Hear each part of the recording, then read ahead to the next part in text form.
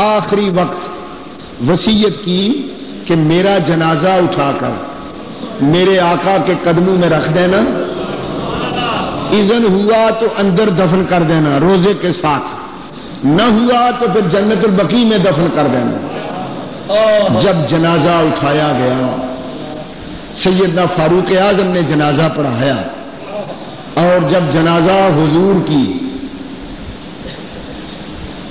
قدمین پاک میں جب رکھا گیا اور آواز دی گئی کہ حضور آپ کا سچا عاشق فنا فی الرسول صدیق حاضر ہے، کیا حکم ہے؟ یہ صحابہ کو کیا ہو گیا تھا؟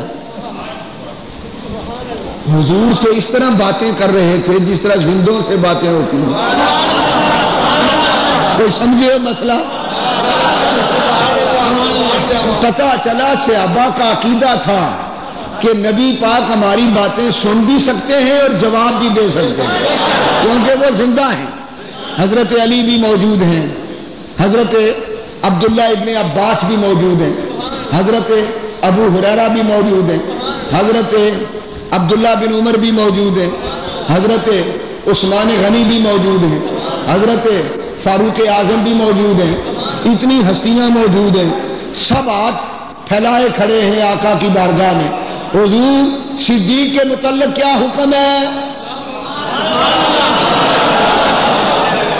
بھلا بتاؤ، یہ وہابیوں والا عقیدہ ہے کہ سنیوں والا؟ صحابہ سنی تھے، ہم سنی ہیں، ہمارا نبی زندہ ہے، ہمارا عقیدہ ہے جو صحابہ کا عقیدہ ہے وہ سچا، ہم صحابہ کرام کے عقیدے پر ہیں۔ کسی نے یہ نہیں کہا کہ حضور تو اب قبر میں جا چکے، سینکڑوں من مٹی آپ کے اوپر پڑ گئی، آپ کو کیا کہتے ہو، چلو قبرستان میں جا کے دفن کریں۔ کسی نے نہیں کہا، سب کو انتظار ہے کہ روزے والا زندہ ہے، ابھی حکم فرمائے گا۔ تا آن کے سنیوں والا عقیدہ، صحابہ کا عقیدہ سچا نکلا، اور حضور کی قبر مبارک سے آواز آئی،